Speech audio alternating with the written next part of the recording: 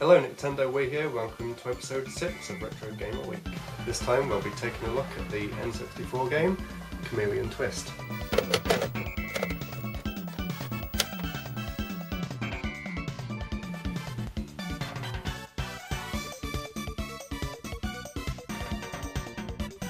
A really unique game. I only picked it up the other day from an awesome game shop in Bristol. Really interesting game. It's made by Sunsoft. They're probably best known for the Batman game on the NES and for the extremely rare Game Boy game Trick World. So in this game you play as the chameleon and all of the game's mechanics revolve around using his tongue. Makes for some really interesting level design and gameplay, and the way you attack the enemies is really cool too. His tongue stretches pretty much to the other side of the screen and you can move it using the analog stick, whichever direction you want. You can pick smaller enemies up by attaching them to the tongue and then they go inside his mouth and you can spit them out at larger enemies. You can attach it to little poles in the middle so you swing round the pole and you knock the enemies over.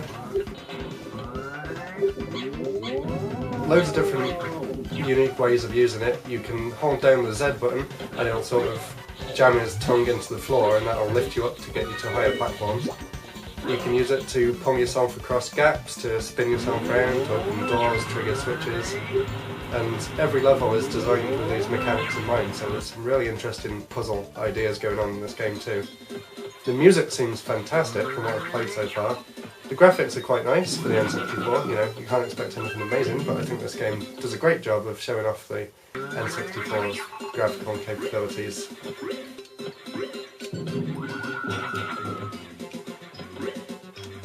It's just a really interesting, unique game, and I'd only ever read about it before. I'd never played it until last week, and I was very impressed, and it's definitely not aged much at all. It still plays perfectly fine.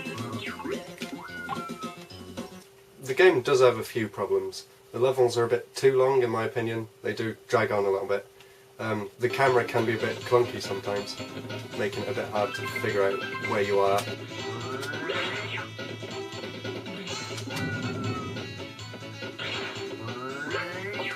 But overall it's a really unique game. Definitely worth picking up if you're into N64 collecting and want a cool, fun little puzzle platformer game to play on it that not many people have heard of. So, thanks for watching, see you in episode 7.